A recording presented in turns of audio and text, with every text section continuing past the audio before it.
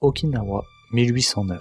Dans le village de Yamakawa, un enfant naît dans une famille noble. Sa famille ne le sait pas encore, mais cet enfant aura une influence tellement forte sur son domaine qu'il sera appelé plus tard le Miyamoto Musashi d'Okinawa. Il est la figure historique centrale dans l'évolution du karaté de style Shuri, et son nom reste encore un point central dans l'histoire du karaté moderne. Son nom est celui de Sokon Matsumura. De son vrai nom Kiyo Sokon et de naissance noble, son père, d'origine chinoise, venait d'une des 36 familles chinoises installées à Okinawa. Il apprend tôt l'art militaire, la littérature et les classiques chinois. Il embrasse également le confucianisme avec assiduité. Mais sur le plan qui nous intéresse, il s'est immergé dans les bases du Ti, prouvant un intérêt très tôt pour les arts martiaux. Il commence sa formation martiale sous la direction de Kanga Sakugawa, âgé de plus de 60 ans, et ce dernier refuse d'abord, car Sokon Matsumura était un fauteur de troubles. Mais suite à une promesse faite à son père, il accepte finalement, et pendant 5 ans, lui enseigne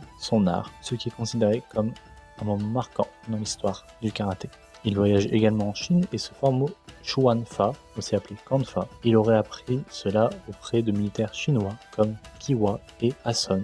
Il voyage également au Japon où il maîtrise le maniement de l'épée Jigen Ryu sous la coupelle de Yashiro Ijin. Ces différentes connaissances lui permettent d'avoir alors une forte réputation de connaissances dans les arts martiaux. En tant que pratiquant d'arts martiaux et noble d'Okinawa, il fut recruté au service de la famille Sho, la famille royale du royaume de Matsumura Ryukyu. En 1836, il reçoit le rang très convoité de Shikudon, et en 1838, il épouse Yonamine Shiru, qui était également une experte en arts martiaux. Il fut pendant environ 50 ans l'instructeur d'arts martiaux et garde du corps des rois de cette famille, et il fut également l'envoyé gouvernemental, voyageant en Chine et au Japon. En 1879, le roi Shotai abdique et le royaume est dissous. En conséquence, il se retire de la fonction publique et vit en cherchant à développer l'enseignement du karaté-do. Son caractère fut également très connu, car en plus de ses compétences martiales, il est dit qu'il avait une présence terrifiante. Il n'a jamais été vaincu en duel.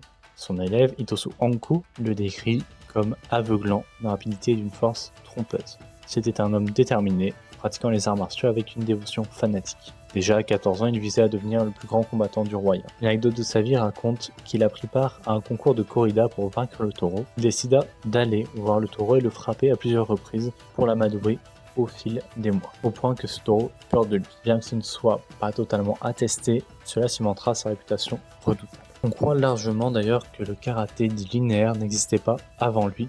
Il est crédité comme ayant développé ou inventé la plupart des techniques à fort impact que l'on retrouve dans le Shotokan moderne. Il pratique aussi une philosophie profonde, en plus de sa pratique physique, ce qu'on voit notamment à travers les 7 vertus du Bu, qui est un rouleau contenant ses préceptes, et qui deviendra la base du Shorite. Il est aussi considéré comme fondateur de différents styles comme le Shorin-ryu, le Shotokan, le Shito-ryu et bien d'autres, prouvant encore une fois son rôle central. Pour les katas, il a un rôle tout aussi central et dépasse le karaté, car en plus d'être crédité comme auteur original du kata Kusanku de Passy, Basai et Konkaku Shinto, en plus de cela, le kata Bo Sakugawa no Kun lui est aussi attribué. Il est aussi maître en Kobudo et est réputé pour son habileté au Bo, au Sai et à l'Ekubo, dont il créa également des katas. Dans ses élèves, on compte notamment Itosu Anku, Anko Asato, Motobu Choyo, Motobu Choki, Ishin Funakoshi ou encore Shotoku Kuyan. Il reçut également le titre de Bushi par le roi d'Okinawa et meurt finalement à environ 90 ans en 1899.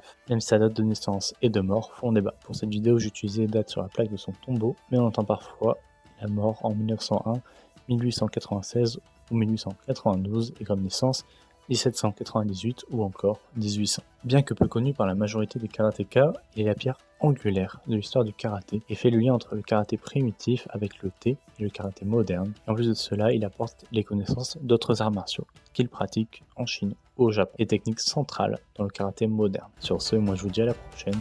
Likez, commentez, partagez. Faites ce que vous voulez. Et n'oubliez pas, l'apprentissage ne s'arrête jamais.